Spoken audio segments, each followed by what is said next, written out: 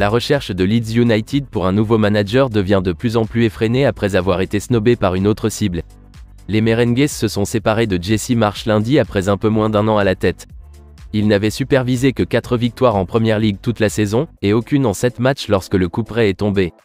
Mais décrocher un remplaçant s'est avéré loin d'être facile pour Leeds. Le premier candidat lié au poste, Carlos Corberán, a depuis signé un nouveau contrat avec West Brom. Et bien qu'il n'ait peut-être pas été leur choix numéro 1, des informations en Espagne affirment que leur cible principale, l'entraîneur du Rayo Vallecano, Andoni Iraola, a rejeté Leeds. En effet, selon le journaliste d'Onda Cero, Raúl Granado, Andoni Iraola a dit non à l'équipe de Premier League sans manager. Avec son équipe actuellement 5e en Liga, il veut mener à bien la saison et terminer son contrat qui se termine en juin. Et même si un futur déménagement à Leeds ne peut être exclu, il est prêt à rejeter cette opportunité à la mi-saison. En conséquence, le Times affirme que Leeds est prêt à se tourner vers Marcelo Gallardo. L'Argentin de 47 ans est au chômage depuis qu'il a quitté River Plate l'année dernière. Il les a menés à 2 titres de Copa Libertadores, et a quitté le club en tant que figure légendaire.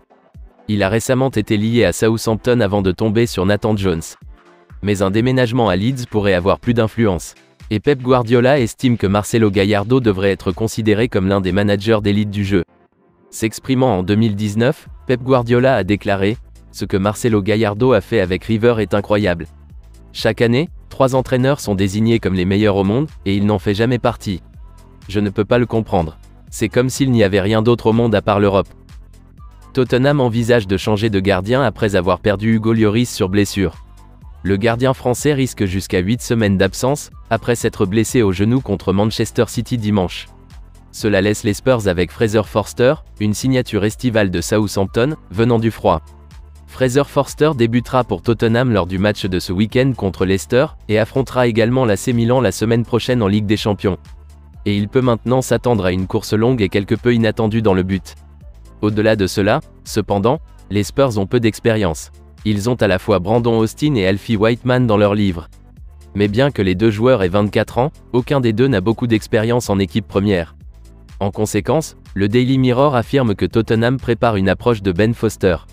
Le joueur de 39 ans a annoncé sa retraite en juin après une carrière de 22 ans pourrait être l'homme vers qui il se tourne. Disponible en tant qu'agent libre, il pourrait sortir de sa retraite pour devenir le gardien suppléant de Tottenham pour le reste de la saison. Cependant, toute décision nécessiterait une dérogation spéciale de la Premier League et de l'UEFA.